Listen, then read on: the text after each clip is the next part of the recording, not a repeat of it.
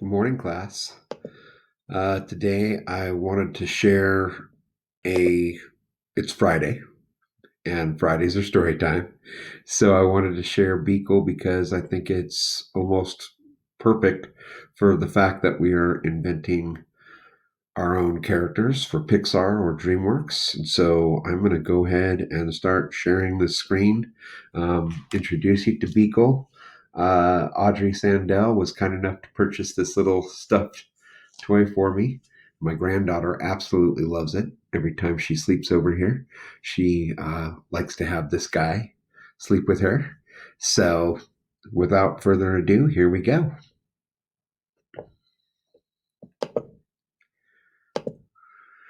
The Adventures of Beekle, the Unimaginary Friend. And I wanted to mention that all of our characters were unimagined until we imagined them. And so now we have some unimaginary friends. We all have unimaginary friends. He was born on an island far away where imaginary friends were created. Here they lived and played, each eagerly waiting to be imagined by a real child. Every night he stood under the stars, hoping for his turn to be picked by a child and given a special name. He waited for many nights, but his turn never came.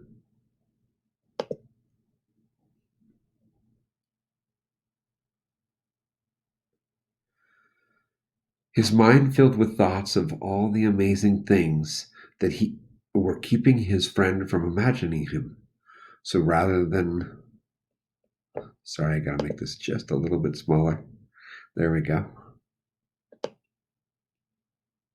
So rather than waiting, and he imagined that his friend might be an athlete,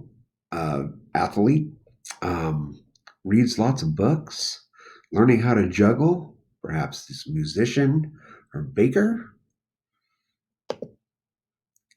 He did the unimaginable. He sailed through unknown waters and faced many scary things, but thinking about his friend gave him the courage to journey on until he reached the real world.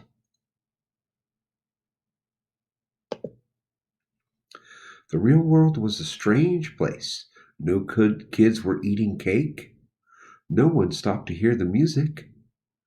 And everyone needed nap time.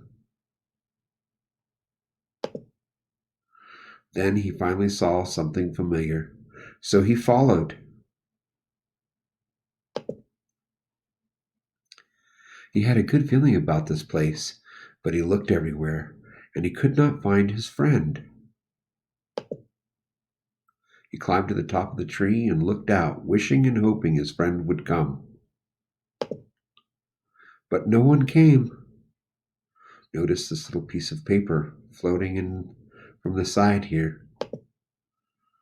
Then the paper got stuck on a branch.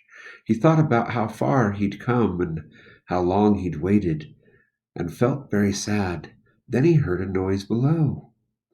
Hello!